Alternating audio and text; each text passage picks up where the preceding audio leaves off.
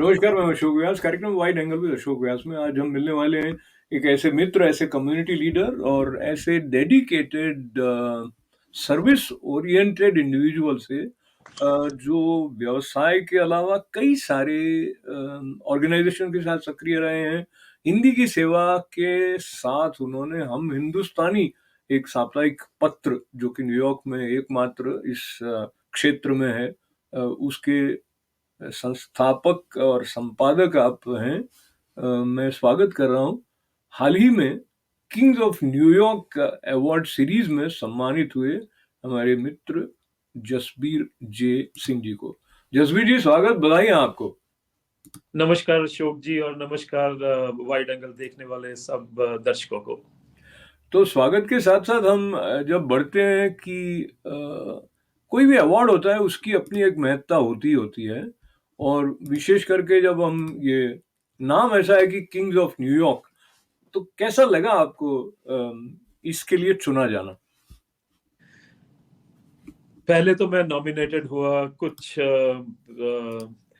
Community leaders की तरफ से, और फिर उसके बाद उन्होंने सिलेक्शन की, तो डेफिनेटली मतलब किंग वाली फीलिंग आई मेरे को, जो कि आई मीन मैं जमीन से जुड़ा हुआ आदमी हूँ, और एक इतना बड़ा सम्मान जब प्राप्त होता है तो अपने आप में वो अच्छा लगता है कि भाई, मतलब मैं बोल रहा हूँ उसमें मैं वाली मैं नहीं है, लेकिन हमारी कम्युनिटी का कोई आदमी आता है, आई एम श्योर पहले भी आए हैं, लेकिन अगर मैं भी उनके साथ इस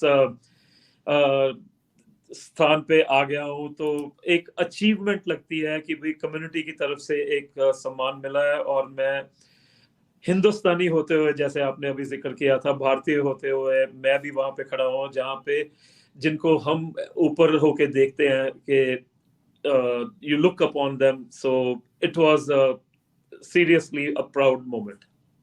तो ये देखिए, कुछ दृश्य देखते हैं उस आयोजन में, देखते हैं तो राजा शब्द को लेकर थोड़ा सा आगे बढ़ते हैं।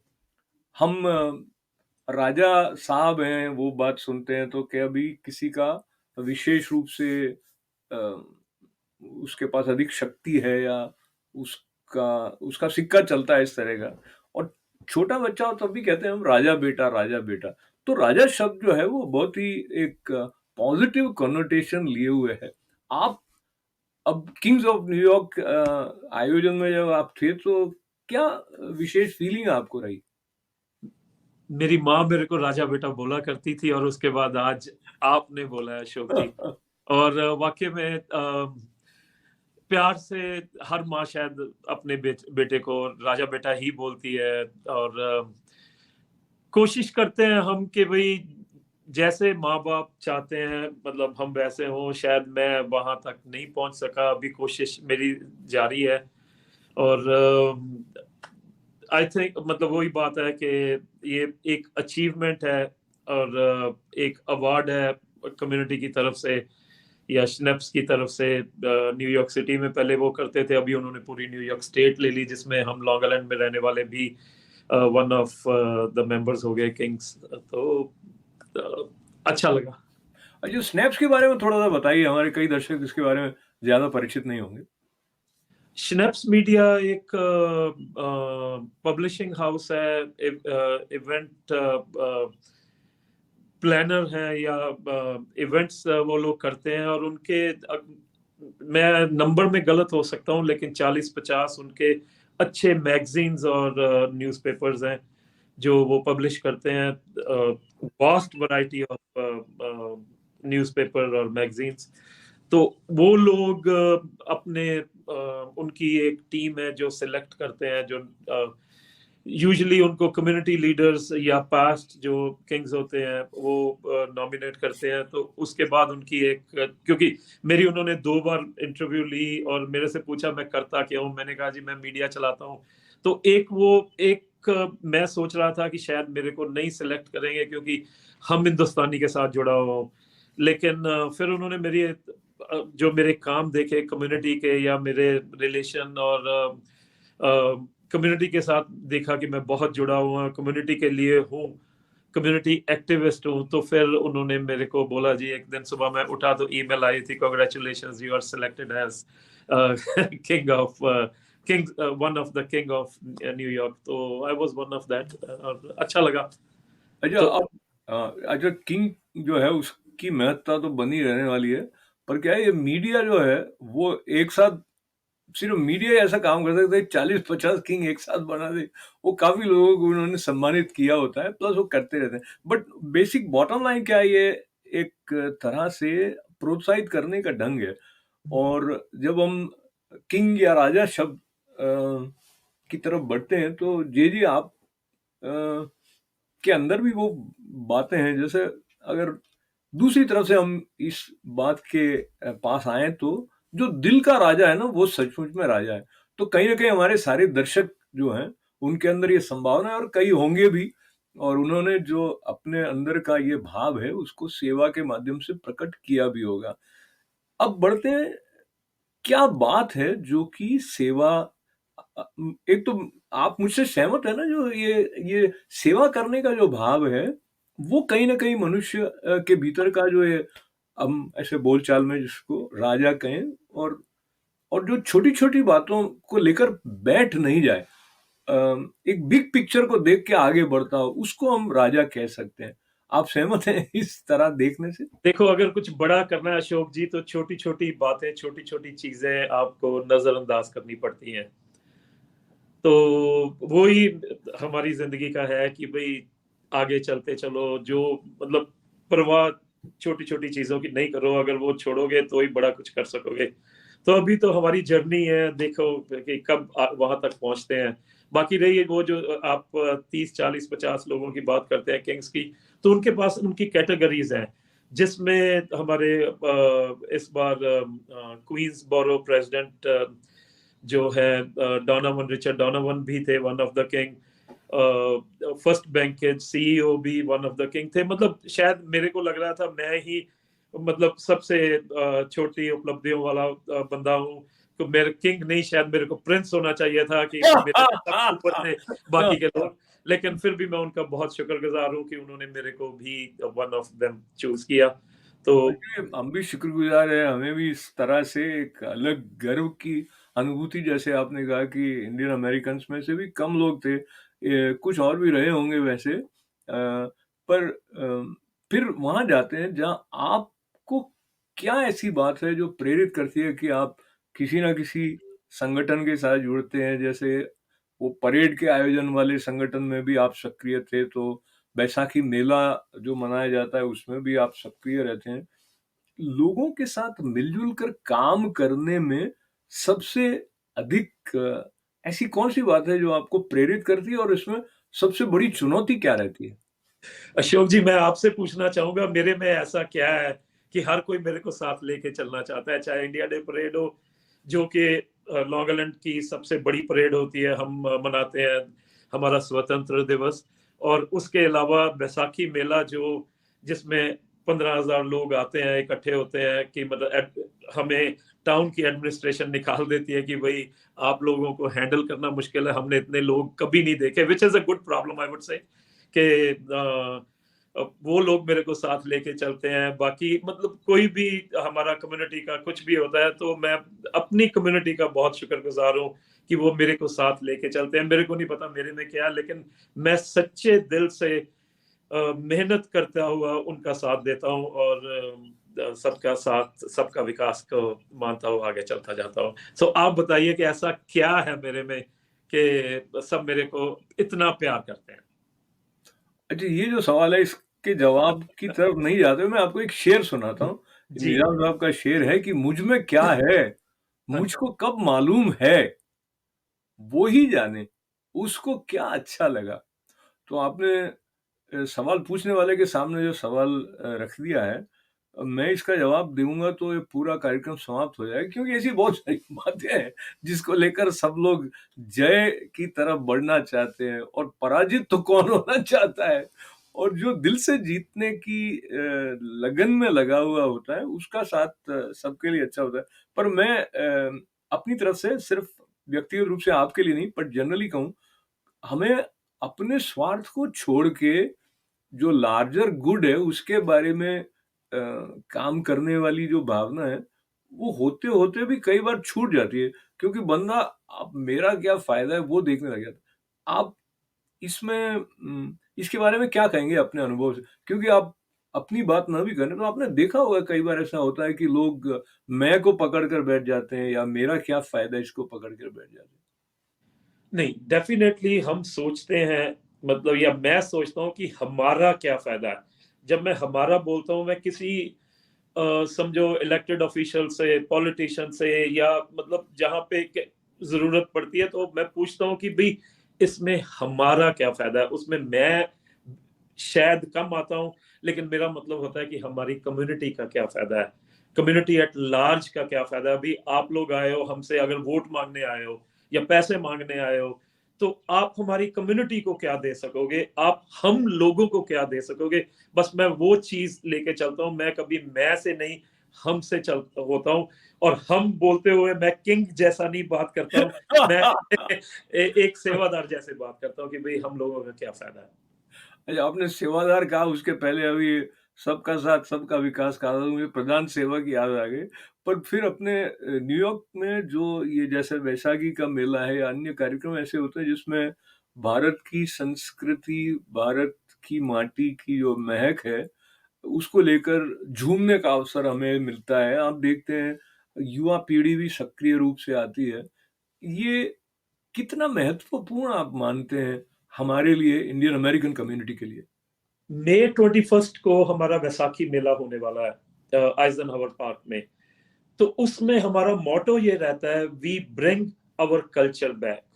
क्योंकि जो बच्चों को हम शायद उनके जो एजुकेशन और हमारी हर माँ-बाप की कोशिश होती है कि भई पढ़ाई में हमारे बच्चे अच्छा करें और अपना करियर बनाएँ।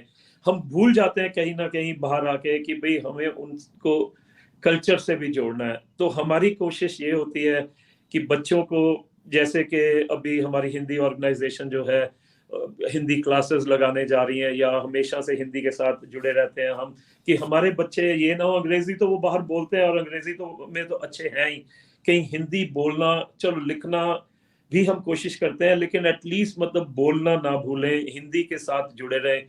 तो जैसे क्लासेस लगाते हैं, ऐसे ही वैसाखी में हम बोलते हैं कि we bring our culture back. तो उसमें बच्चों को जोड़ते हैं, कि बताते हैं कि हमारा कल्चर क्या है, सिर्फ नाचना गाना नहीं, उसके अलावा हमारी संस्कृति क्या है वो भी उनको बताते हैं। तो कोशिश हमारी यही रहती है कि हम जिस जमीन से आए हैं उस जमीन के साथ हम जुड़े रहें, हम अपनी मातृभूमि के साथ जुड़े रहें। तो मातृभूमि के साथ जुड़ने के अलावा ये जो नई हमारी कर्म भूमि है, इसके साथ भी जुड़े रहने का महत्व है, जिससे आप पूरी तरह परिचित भी हैं। और जैसे आप पहले उल्लेख कर रहे थे, तो आप कई समय-समय पर जब चुनाव होते हैं, तो कई पॉलिटिशियंस के लिए फंड रेज़िंग में भी आप एक्टिव रहते हैं। तो ये कितना इम्पोर्टेंट है इंडियन अमेरिकन कम्युनिटी के लिए कि अमेरिकन पॉलिटिक्स में वो सक्रिय हों? और एक समय था जब आप न्यूयॉर्क में पहले एक मेयर जो जीते भी थे, उनकी कैंपेन में भी आप बहुत सक्रिय रहे थे। तो ये जो पॉलिटिकल अ, इन्वॉल्वमेंट है, वो अगेन क्वेश्चन आता है, it it it happens at the cost of some of your personal commitments, social, family, business, उनसे हट के क्यों आपको लगता है कि ये करना ज़रूरी है? ऐसा है कि एवरीडे हम हमारी लाइफ में पॉलिटिक्स तो रहती है। अगर घर में भी होता है तो माँ जब 2 बच्चों के बीच में संबंध बनाती है कि भई दोनों बच्चों में प्यार बना रहे, तो वो पॉलिटिकली उसको मतलब शी हैव टू एक्ट कि दोनों बच्चे ये ना फ़ील करें कि भई मेरे को ये फ़ेवरेट था या दूसरा बच्चा कम फ़ेवरेट था। ऐसा माँ के लिए तो ऐसा होता नहीं है, लेकिन बच्चा भी ये फ़ील ना करे। तो उस हिसाब से मतलब एवरीडे पॉलिटिक्स तो होती है। बट वी वांट के अच्छी पॉलिटिक्स हो। अनफॉर्चुनेटली वो हर वक्त अच्छी नहीं होती है। तो हमें सिस्टम को साथ लेके हमें पॉलिटिशियंस जो कि जाके लेजिस्लेचर में हमारे लिए, अगर जो कि बहुत कम होता है, क्योंकि आमतौर पे हमारे लोग जो होते हैं वो फोटो खिंचा के पैसे दे के खुश होते हैं, लेकिन मेरी या मेरे जो फेलोज हैं उनकी कोशिश ये रहती है कि जो जरूरी है हम लोगों के लिए, चाहे वो हम इंडियन है, चाहे हम साउथ एशियन है, चाहे हम माइनॉरिटी हैं, तो उनको उनके लिए क्या बेहतर है अगर हम आज किसी पॉलिटिशियन का साथ देते हैं, मे बी फंड रेज भी करते हैं, अगर हम उस, क्योंकि पैसों के बगैर कोई काम नहीं होता, अगर हम उसको पैसे देते हैं तो कोशिश होती है कि ये बंदा कल को हमारे लिए अगर कहीं पे लेजिस्लेचर में या कांग्रेस में हमारी आवाज बन सके और हमारी बेहतरी के लिए कुछ कर सके, तो ये बंदा सही है, वी शुड सपोर्ट हिम। और हर, तो उस हिसाब से हम चूज करते हैं, उसकी हेल्प करते हैं, आगे भेजते हैं। और अगर जरूरत पड़ती है तो कोई बिल हमारी तरफ से अगर वो आगे उनको पास करवा सकता है, जो कि होता भी है। और हमने जैसे केविन थॉमस ने और मतलब जो हमारे जेनिफर राजकुमार या हमारे इंडियंस की बात कर रहा हूँ, जो हमारे साथ चले हैं, हमारे हम ऑलवेज हमारा साथ दिया है और हमारी बेहतरी के लिए, हमारी कम्युनिटी की बेहतरी के लिए उन्होंने साथ दिया। और अगर जैसे वो बोलते हैं ना कि अगर आपका मायका स्ट्रांग है तो ससुराल वाले आपको बहुत हमेशा अच्छा सपोर्ट एक्सप्रेशन करेंगे। है। जी। तो अगर हम अच्छे बेस से हमारे मातृभूमि से जैसे हम जुड़े हुए थे, अगर वो स्ट्रांग है और अगर हम अपनी कम्युनिटी को स्ट्रांग करते हैं, उनको आगे भेजते हैं, चाहे वो गोरे हैं चाहे अपने कम्युनिटी के हैं, तो हमेशा हम हमारे लिए वो अच्छा रहता है।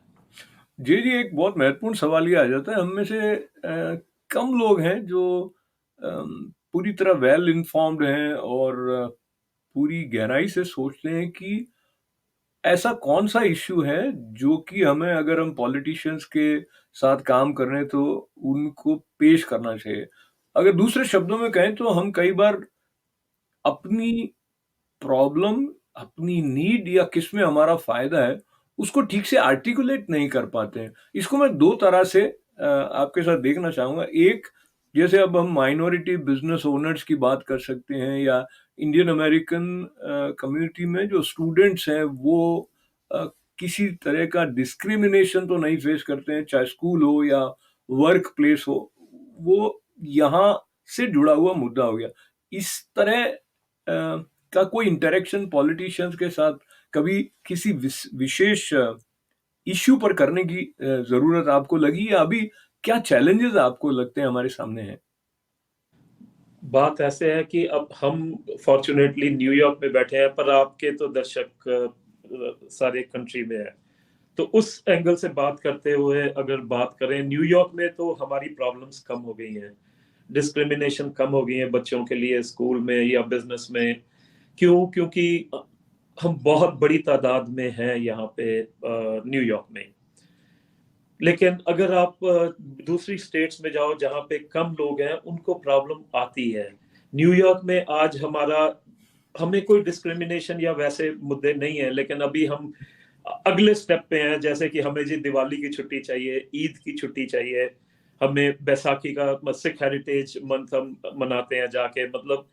लेकिन दूसरी स्टेट्स में रिकॉग्नाइजेशन नहीं है, तो उसके लिए हमें काम करना पड़ता है या हमें रिक्वेस्ट करनी पड़ती है, या उस चीज में हम लोग जब इकट्ठे होते हैं, हम लाइक माइंडेड पीपल, तो हमारी कोशिश यही होती है कि भाई कहीं पे भी हमारी कम्युनिटी सफर ना करे, ना रिलीजन बेसिस पे, ना अगर हम क्योंकि साउथ एशियन कंट्री से आते हैं उस बेस पे या मिनॉरिटी बेसिस पे। तो कोशिश ये होती है कि हमारी पहचान जितनी बन सके उतनी बने। मेरे को याद है जैसे हम सिख हैं, तो हमें जब वर्ल्ड ट्रेड सेंटर का हुआ था तो मतलब अलग नाम से बुलाया जाता था, या जैसे मिलवाकी गुरुद्वारा में शूट आउट हुआ था, तो वैसी चीजें ना हो। और क्या है कि हम सब जुड़ के रहें, सारे रिलीजन, सारे माइनॉरिटीज। और ये क्योंकि हम लोग है तो इमिग्रेंट, चलो चाहे अमेरिका जो है वो इमिग्रेंट्स का ही देश है, लेकिन फिर भी जो जहाँ पे जो ज्यादा होते हैं, कम वालों को हमेशा दबाया जाता है। तो कोशिश यही होती है कि हम इंडियंस को, हम साउथ एशियंस को वो दबाया ना जाए और हमारी जो प्रेजेंस है उसको माना जाए। अच्छा, तो मैं आपसे थोड़ा-सा असहमत इस बात को सैद्धांतिक रूप से, जैसे आपने कहा कि जो कम होते हैं उनको दबाया जाता है, ऐसा हो आवश्यक नहीं है। वो कई बार ये एक नैरेटिव सेट हो जाता है, और इस बात को लेके मैं भारत की तरफ जा रहा हूँ आपके साथ। और इंडो यूएस रिलेशन के पॉइंट ऑफ व्यू से भी एक रोल जो इंडियन अमेरिकन कम्युनिटी है वो काफ़ी इम्पोर्टेंट रोल प्ले करती रही है। और अभी भी कई बार ऐसा होता है कि कुछ बातें जो घुमा फिरा के या डिस्टॉर्टेड वे में यहाँ पर सामने आ जाती हैं। तो ऐसी स्थिति में क्या रोल मीडिया के पॉइंट ऑफ व्यू से या as a as as an क्या कहना चाहिए उसको, एक जागृत इंडियन अमेरिकन कम्युनिटी मेंबर के रूप में हमारा हो सकता है? देखिए, अगर मीडिया की बात करें तो जिस मीडिया से आप जुड़े हुए हैं वो शायद इंडियन सबसे पुराना मीडिया है, और अभी भी डॉक्टर सुधीर पारखेस को चलाते हैं। वो कम्युनिटी के साथ भी बहुत जुड़े हुए हैं और मीडिया के साथ भी उनका बहुत पुराना रिश्ता है। तो बाकी जो इक्का दुक्की इंडो यूएस रिलेशंस, मैं ये मानूंगा कि मनमोहन सिंह जी के टाइम से अच्छे चले आ रहे थे, इंडिया तरक्की पे था। अभी मोदी जी जब आए, जिनको चाहे कभी वीजा नहीं देते थे, लेकिन जब से प्राइम मिनिस्टर बने हैं उन्होंने वंडर्स किए हैं, आई वुड से। तो रिलेशन जो है, Indo US relations are very good. और बाकी जो इक्का दुक्के कुछ हैपनिंग्स हो जाती हैं, तो वो तो आई मीन जैसे कि शूट आउट्स होते हैं या उनको अलग किया जाता है इनकी अपने अमेरिकन को भी, तो वो तो पॉसिबल कहीं भी कुछ भी हो सकता है। तो प्रोएक्टिवली जो कुछ हम करते हैं वो हमें करना चाहिए। आप भी अपने अखबार के माध्यम से कर रहे हैं, और आपने पद्मश्री रेसिपिएंट डॉक्टर सुधीर पारिक का उल्लेख किया, तो वो इंडो यूएस कॉकस जो पहला पहला बना था तो उसमें भी सक्रिय रहे थे। और हमारा जो मीडिया है और न्यूज़पेपर्स हैं वो भी इंडियन कल्चर के प्रमोशन में आगे रहते हैं। पर बातचीत के समापन की तरफ बढ़ते बढ़ते आप अपने रोल मॉडल की तरह किसे देखते हैं, या ऐसे कौन लोग हैं जिनसे कि आप विशेष रूप से इंस्पायर हुए हैं? देखो, आप मेरे साथ हो अभी वाइड एंगल में, तो मैं अगर आपका नाम लेता हूँ मीडिया में, क्योंकि मैं सबसे पहले अशोक जी आप ही को जानता था, तो वो फिर मतलब टू मच हो जाएगा। और बाकी अगर आप बोलो कि पॉलिटिकली, मैं I look forward to Bobby Kumar Kaloti, जिनसे मैं इंस्पायर हुआ था पॉलिटिक्स के लिए, क्योंकि मैंने देखा था कि लोग उनकी जो इज्जत करते थे। मैंने आई मीन जब जहां पे मेरी आपसे मुलाकात हुई थी मूवी थिएटर में पहली बार, उसी जी, मूवी जी। में, चलो वहीं पे चले जाते हैं, कि मैंने बॉबी कुमार कलोटी के पैरों को हाथ लगाते हुए लोगों को देखा है, क्योंकि उन आई मीन उन्होंने इतने लोगों की मदद की थी एक टाइम पे। जब मेरी उनसे पहली मुलाकात हुई थी, वहीं आपसे भी पहली मुलाकात हुई थी। नहीं तो मैं तो छोटा सा बिजनेस करता था, मैं खुश था, मैं घर जाता था, चाहे मेरे घर वाले अभी आपने स्क्रीन पे दिखाए, थैंक यू वेरी मच, परेशान तो नहीं होते हैं, लेकिन मेरे को मिस करते हैं, क्योंकि जितना टाइम मैं कम्युनिटी को दे देता हूँ बाहर, उतना मैं घर में नहीं दे पाता हूँ। तो मेरी जर्नी शायद वहीं से शुरू हुई थी, तो मैं आप ही को एज अ पत्रकार, एज अ जर्नलिस्ट देखता था, और उस शुरू हुआ था। और उसके बाद बॉबी जी को एज अ पॉलिटिकली उन्होंने मेरे को इन्वॉल्व कराया, तो आई मीन मैं स्टेप अप करता गया। और बाकी सब लोगों का प्यार है मेरे पास, और जितने भी अच्छे लोग आते हैं, मैं आई मीन उनके पीछे हो लेता हूँ कि भाई उनकी अच्छी आदतें क्या है, मैं अगर वो अपनाता हूँ तो शायद मैं बेटर सर्व कर सकूं। जी, जी, बातचीत का समापन करते-करते मैं थोड़ा-सा आपकी बात को लेते हुए स्मृति की तरफ जाता हूँ। तो हम दोनों की मुलाकात ऐसे समय में हुई थी जब आपके पिताजी भी थे, मेरे पिताजी भी थे, और अब वो दोनों नहीं हैं। इस बात को लेके मैं वहाँ आ रहा हूँ जहाँ एक समय ऐसा होगा कि हम दोनों भी नहीं होंगे। ये जो एक सत्य है जिसे हम मृत्यु कहें, वो भी कुछ सिखाता है। उसको हम कैसे स्वीकार करते हैं वो भी शक्ति की माँग करता है। आप क्या समझते हैं, ये जो आने के बाद जाना है इस रूप में कि आप फिर कभी दिखाई ना दो, वो बात हमें क्या सिखाती है? सत्य तो सत्य है अशोक जी, और जाने वाले चले भी जाते हैं। उनकी याद रह जाती है। और सत्य ला सकते ही नहीं जान। तो इसीलिए जो आप अच्छा कर सकते हैं, जो पल जी सकते हैं, वो हमें जीना चाहिए। ये आपने बोला ना किसको फॉलो करते हैं, मेरे को पैम क्वात्रा का भी एक हाथ है, जिन्होंने मेरे को बहुत आगे लेके गए थे पॉलिटिक्स में भी, और उनके आशीर्वाद भी मेरे पे बहुत रहा है। बिल de Blasio जिसका आप जिक्र कर रहे थे एज अ मेयर में, उसके साथ मेरे को वो ही मिलाने वाले थे। तो बस जो पल हम जी लें, और जिसको जितना प्यार दे सकें, जितनी किसी की भी सेवा कर सके, जितना किसी के साथ कोई अच्छाई कर सके, वो कर लें, कल हो ना हो पता नहीं। जी जी, ये जो पॉजिटिव आउटलुक आपका है उसके लिए विशेष रूप से आपका अभिनंदन, और आपने बातचीत करने का जो मेरा अनुरोध स्वीकार किया उसके लिए भी आपका आभार। बहुत सारी मंगल कामनाएं जसबीर जय सिंह जी के लिए और आप सबके लिए। अनुमति लेते हैं हम दोनों। नमस्कार।